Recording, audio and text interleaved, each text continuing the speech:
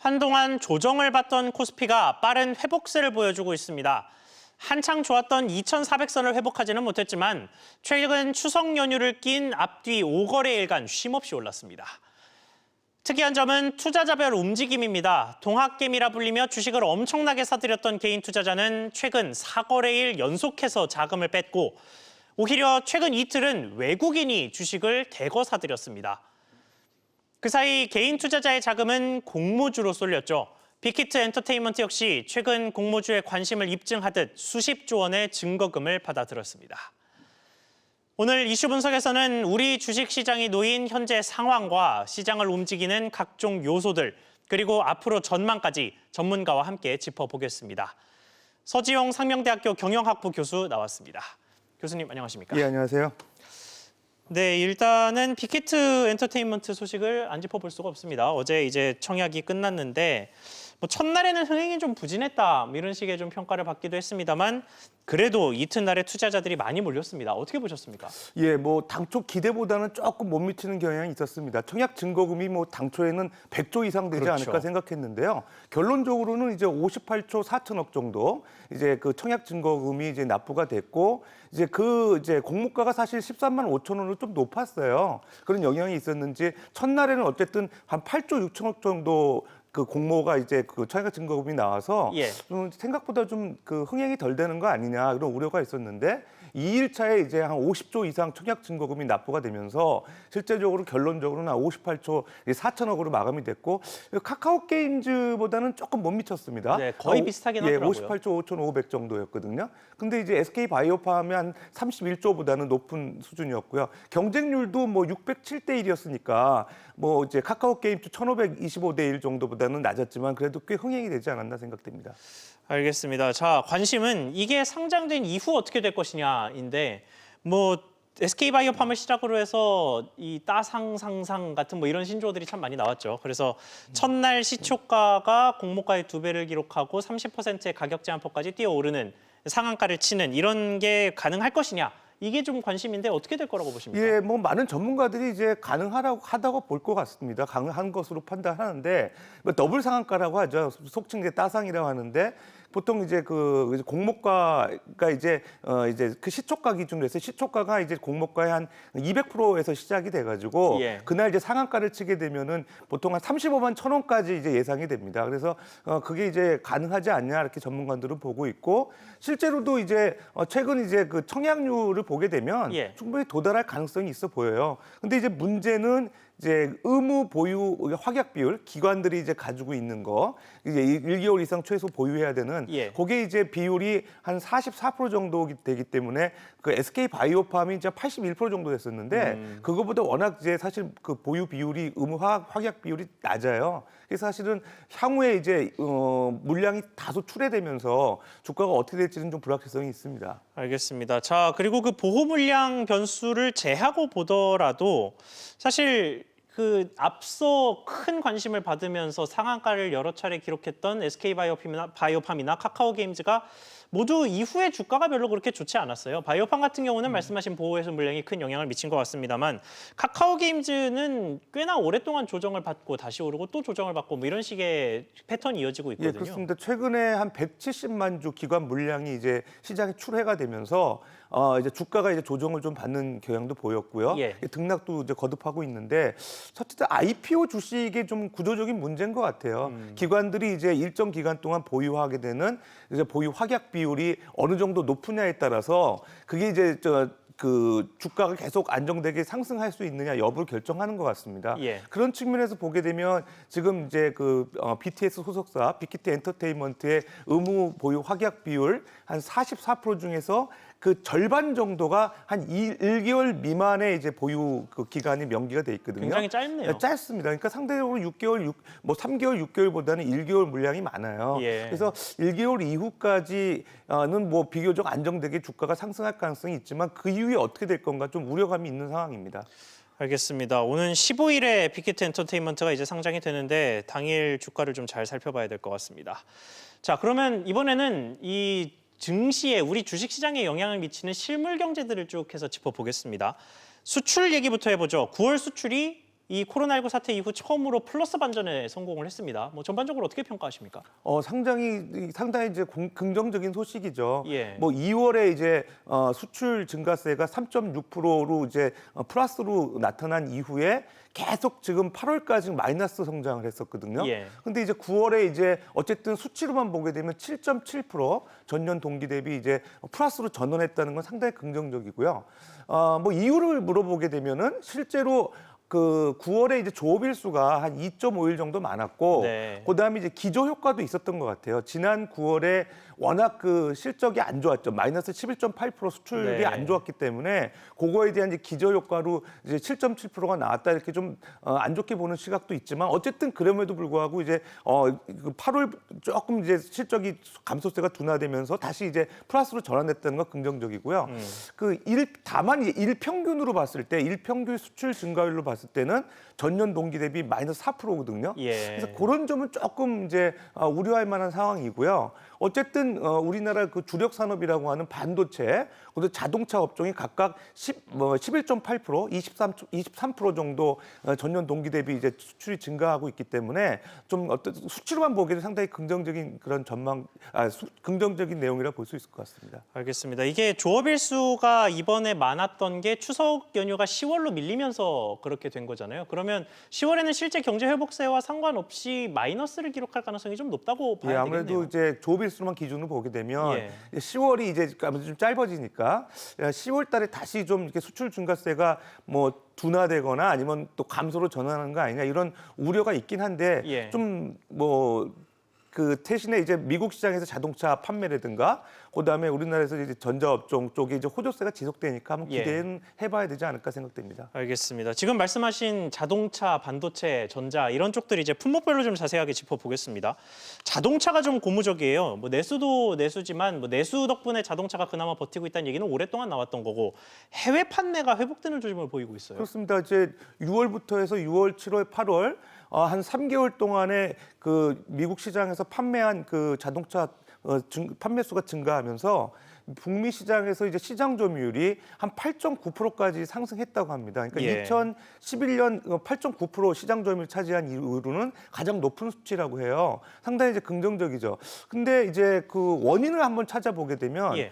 여러 가지 이유가 있는 것 같습니다. 6월부터 이제 공장이 이제 재가동되기 시작했거든요. 근데 상당히 다른 어떤 일본 자동차라든지 미국 자사 어떤 그 회사들보다는 공장 가동이 신속하게 이루어졌고요. 네. 그다음에 최근에 이제 뭐 현대 기아차 중심으로 해서 SUV 신차가 출시가 많이 되고 있는 것 같아요. 특히 이제 커넥티드 기술이 이제 그 반영이 되어 있는 신차들이 많이 출시가 되면서 미국 소비자들이 관심을 끄는 것 같고요. 또 세 번째 요인을 보게 되면은 최근에 미국의 어떤 신차 수요가 꽤 있습니다. 미국의 경기가 조금씩 살아나고 있는데 예. 미국의 실업률이 조금씩 완화되면서 그러니까 개선되면서 실제적으로 이제 그 소비자 심리 지수가 좋아지고 있어요. 최근에 이제 미국 미시간 대학교에서 발표하는 소비자 심리 지수가 이제 소폭 상승했거든요. 74에서 80까지 이제 올라오면서 미국의 이제 내구재 수요가 이제 개선되는 그런 측면도 이제 우리나라 그 자동차의 판매가 미국에서 좀 잘 이루어지는 그런 요인이 아닌가 생각이 됩니다.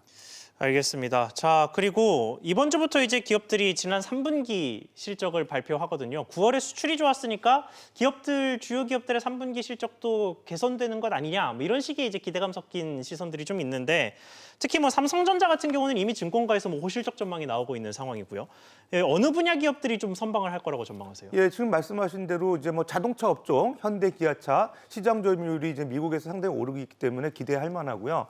지금 말씀하신 이제 전자 업종 중에 삼성전자라든지 LG전자가 좀 기대할 만하죠. 삼성전자 같은 경우는 최근 이제 화웨이 이슈 때문에 그런 것 같습니다. 화웨이가 이제 그 반도체 구매가 좀 어려워질 거에 대비해서 지금 선주문을 넣고 있거든요. 예. 그거에 대해서 이제 삼성전자가 이제 선주문 효과로 인해서 매출이 늘어나는 그런 효과가 이제 반영되고 있는 것 같고요. 다만 우려 사항은 이제 그 서버용 D램 고정 가격이 최근에 많이 떨어지고 있어요. 예. 6월부터 해서 3개월 연속 마이너스 15% 정도가 이제 감소하고 있고요. 하락하고 있고 최근 그 9월 달에 그 그 반도체 D램 가격, 고정 가격 기준으로 보게 되면 그 122불 정도 되는데 이거는 이제 지난달 보게 되면 전달 대비 한 마이너스 4.7% 정도 떨어진 수치거든요. 그러니까 6월, 7월, 8월부터 계속 지금 그 D램 그 서버용 고정 가격이 낮아지고 있는 거는 이제 실적에 상당히 부정적인 요인인 것 같습니다.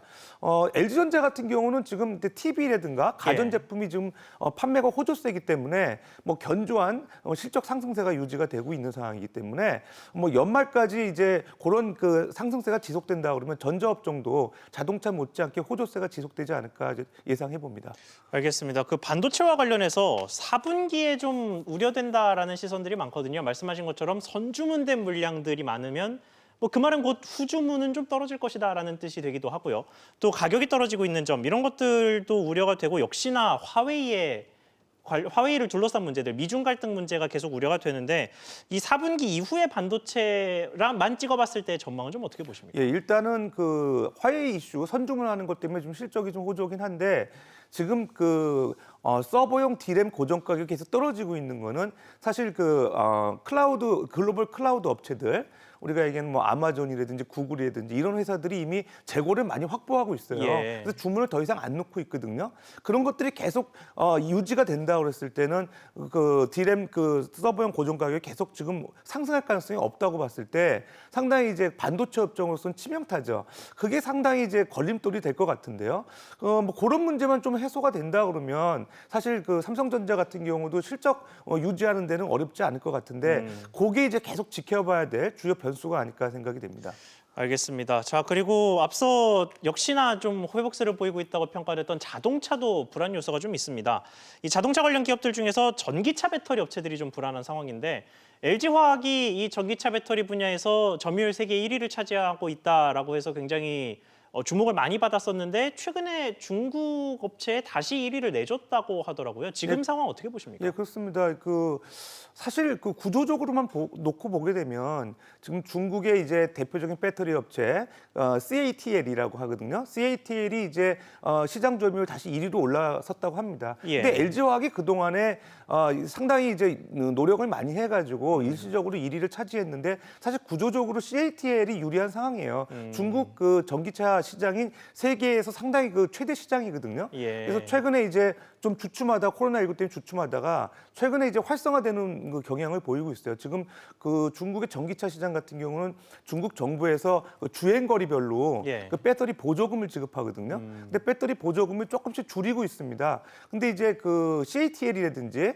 중국의 비아디 이런 회사들이 그 리튬 그 배터리의 고밀도 에너지 고밀도 그런 리튬 이온 배터리를 생산하는 그 업체들인데 이 업체들이 다시 주목받기 시작하고 이제 에너지 밀도의 어떤 리튬 이온 배터리를 생산한다는 것 때문에 수요가 많아지고 있어요. 예. 이제 그러다 보니까 이제 중국 시장에서 상당히 이런 그 수요가 많아지면서 다시 이제 CATL이 점유율 1위로 올라선 거거든요. 앞으로도 사실 LG화학이 좀 고전이 예상되고 있는데 네. 어쨌든 이제 기술 개발이라든가 새로운 시장 판로 이런 게 이제 다시 1위로 올라서는 하나의 그 주요한 그 관건이 될 것 같고요. 어쨌든 중국 전기차 시장이 계속 활성화된다고 했을 때 LG화학의 고전은 좀 당분간 불가피하지 않을까 생각이 됩니다. 알겠습니다. 지금까지 뭐 수출을 중심으로 한 실물 경제를 짚어봤는데 주식 시장에 영향을 미치는 또 다른 변수하면 기준금리를 빼놓을 수가 없겠죠. 한국은행이 이제 11월 들어서 금리를 뭐 동결할 것이냐 아니면 더 내릴 것이냐 이런 식의 이제 관측들이 여러 가지가 제기가 되고 있는데 소비자 물가가 회복세를 보이면서 한은이 금리를 내릴 만한 요인이 사라졌다 이런 분석이 나오더라고요. 어떻게 보십니까? 뭐 어쨌든 금리 지금 인하할 가능성은 높지 않은 상황에서 최근에 이제 소비자 물가 지수가 이제 오르고 있죠. 지금 전년 동기 대비 9월 소비자 물가 지수가 1%라고 합니다. 그러니까 상당히 이제 높아진 상황이에요. 예. 예상치보다도 높았는데 뭐 한국은행 입장에서는 오히려 기준금리를 인하할 가능성은 거의 이제 사라졌고요. 앞으로 이제 상황에 따라서 이제 기준금리 이제 뭐 인상 논의도 좀 이루어질 가능성이 있는데 예. 당분간 코로나19 확산세가 지속된다고 했을 때는 경기 부양 차원에서 이제 금리 인상은 좀 어렵다고 볼 때 현 상황에서 동결 수준으로 가는데 하나의 중요한 모멘텀이 되지 않았나 이렇게 평가할 수 있을 것 같습니다. 알겠습니다. 지금까지 공모주에 몰린 관심, 경제 상황, 뭐 기업 실적 뭐 종합적으로 짚어봤는데 이런 변수들을 다 종합했을 때 남아있는 4분기, 3개월 동안 우리 주식시장의 흐름은 좀 어떨 거라고 전망하십니까? 예, 지금 그 올 초부터 해서 지금까지 주식시장에 이제 사실 유동성 장세가 지속이 됐어요. 예. 뭐 기업 실적이 이제 어떤 개선되는 큰 모멘텀도 없었고 경기가 좋은 것도 아님에도 불구하고 개인 투자자 중심으로 해서 이 유동성 장세가 지속되면서 주가가 계속 오르고 있거든요. 네. 근데 최근에 이런 상황이 앞으로도 지속될 가능성이 있습니다. 왜냐하면은 지금 뭐 9월 말 기준으로 본다 하더라도 그 주식시장에 들어가 있는 그 예탁금 규모가 한 60조 정도가 되고요. 네. 저 10월 초부터 조금 이제 55조 정도 떨어졌다 하더라도 상당히 견조하게 유지가 되고 있거든요. 그런 측면에서 유동성 장세가 지속되고 있고요. 좀 전에 말씀드렸던 뭐 전기전자 업종이라든가 자동차 업종의 실적 개선 가능성이 있기 때문에 그런 실적 그 가능성 있는 주식 중심으로 해서 또 이제 투자자들의 관심이 몰릴 가능성이 있거든요. 그래서 연말까지는 어느 정도 계속 주식 상승세는 지속되지 않을까 조심스럽게 예측은 하고요. 다만 변수는 있습니다. 내년 4월부터 이제 대주주 그 자격 요건이 조금 네. 하향 조정된다 그래요. 그러니까 지금 현재는 그 소득세법 시행령에 보게 되면 대주주 5건에 지금 그 개별 종목에 대해서 1% 지분 보유하거나 금액으로 따질 때 한 10억 정도가 그렇죠. 됐을 때 그게 대주주였는데 내년 4월부터는 이제 3억 원으로 이제 조정이 된다 그래요. 그랬을 경우에 이제 그 좀 주식을 많이 보유하고 있는 투자자들이 주식을 내다 팔 가능성도 있기 때문에 그런 변수가 연말의 주요 포인트가 되지 않을까 생각이 됩니다. 알겠습니다. 지금 말씀하신 제도와 관련해서는 정부와 국회에서 뭐 손질 논의를 하고 있다고 하는데 어떻게 될지 좀 지켜봐야겠습니다. 오늘 말씀 여기까지 듣겠습니다. 지금까지 서지용 상명대학교 경영학부 교수와 이야기 나눠봤습니다. 교수님 오늘 말씀 감사합니다. 예, 감사합니다.